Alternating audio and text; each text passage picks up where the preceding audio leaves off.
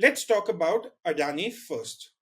So, what is the blame that is being labeled against Modi? That he somehow favored a capitalist from India. Now, let's answer the numbers part first.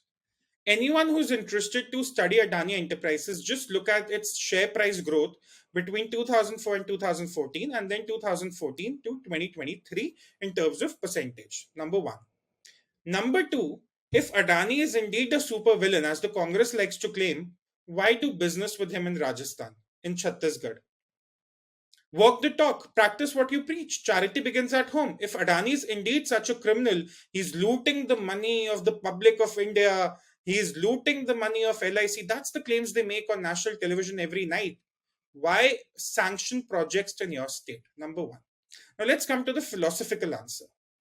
Shreya, if you look at the greatest economies, be it China, which is on one end of the democracy spectrum, and America, which is on the other end of the democracy spectrum, all the governments in China, the single party, which is CCP, in America, Republicans and Democrats, they always have backed their wealth creators. This is this mentality that we have. I don't know, we inherited from our Nehruvian socialism, we inherited from our thinking of Sarkar is my bap, or whatever it is. We somehow think that the government lobbying for a wealth creator in India, based in India, employing in India, paying taxes in India is a bad idea. So when that news of the Indian government lobbying for Adani in Sri Lanka came out, I don't know how true that news is, but let's say that did happen. Let's assume for a second.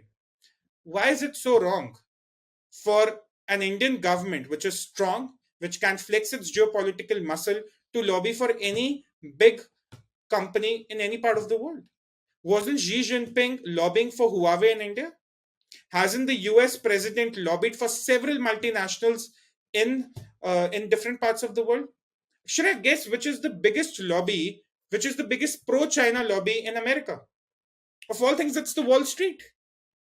So I don't know why we have this mentality that, oh, if the government is backing a capitalist, there is some bad idea, there is some evil going on, there is something wrong about it.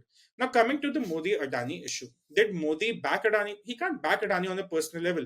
We are not in the era of phone banking where Narendra Modi will pick up his phone and call up PNB and say, Arey, ऐसे loan sanction कर दीजिए. That was the UPA thing, and that is what got us into the twin balance sheet problem.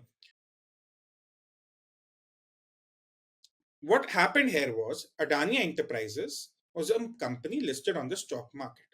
Now, for all private companies, debt is inevitable. You pick up money from the bank, you invest it into projects, you generate profits, you pay it to your investors, you pay it back to the bank, and the cycle moves on. That's the simplest way of how a business works. You might be employing 10 people, you might be employing 10 million people. Doesn't matter.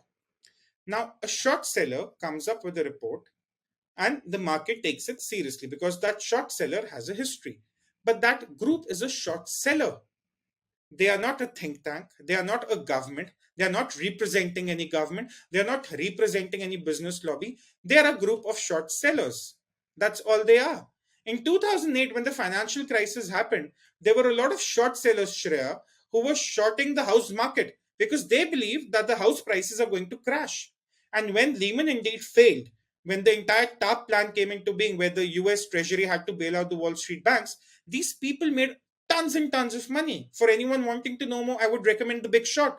It's a brilliant movie on the subject. So short sellers are very, very common in the markets. The governments somehow can find a way to regulate them, fight them, resist them. That's a different matter. But in Adani's case, it was a self-proclaimed short seller report that came out. The market took it seriously, took it on face value. The Adani was not very prompt with their response. The stock price tanks. Another very normal thing in the stock market.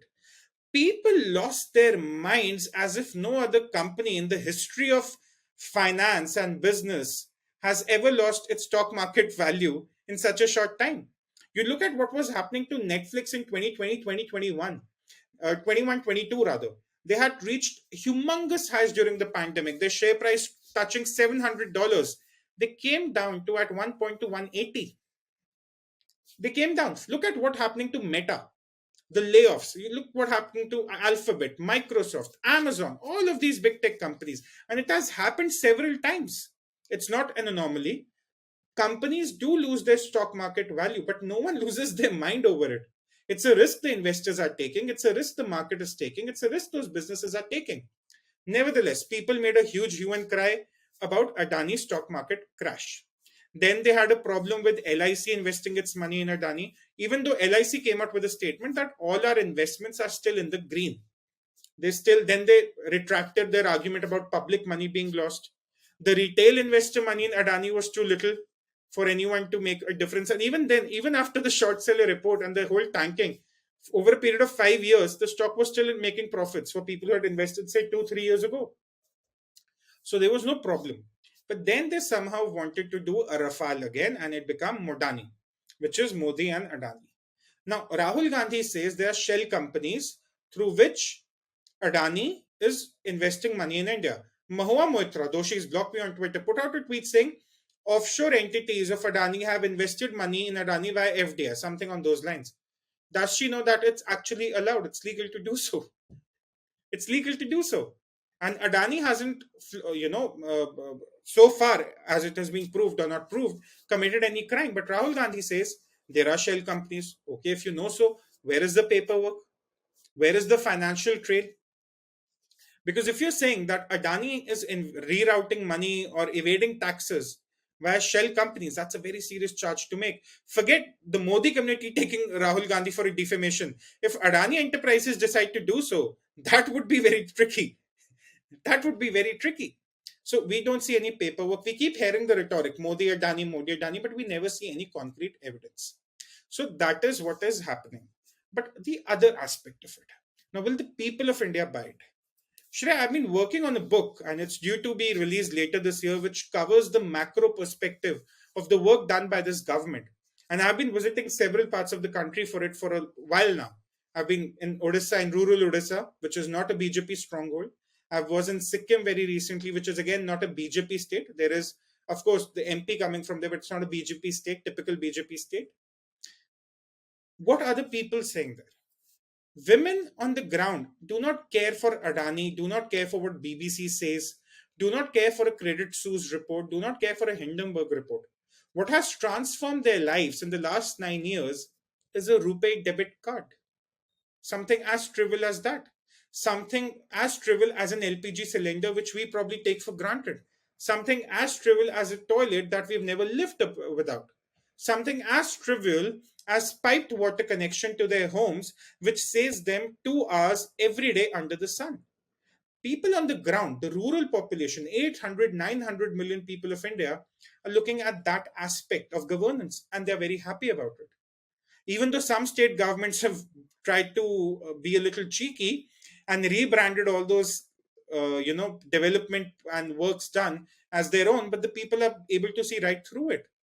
What a lot of people in Delhi media do not realize, Shreya, and I'll tell you after doing a lot of debates on television for the last 2 years, people in Delhi and Noida, to be more specific, not a lot of all of them, but some of them, most of them rather, believe that what they think is a very major issue is what the people of India also believe is a major issue.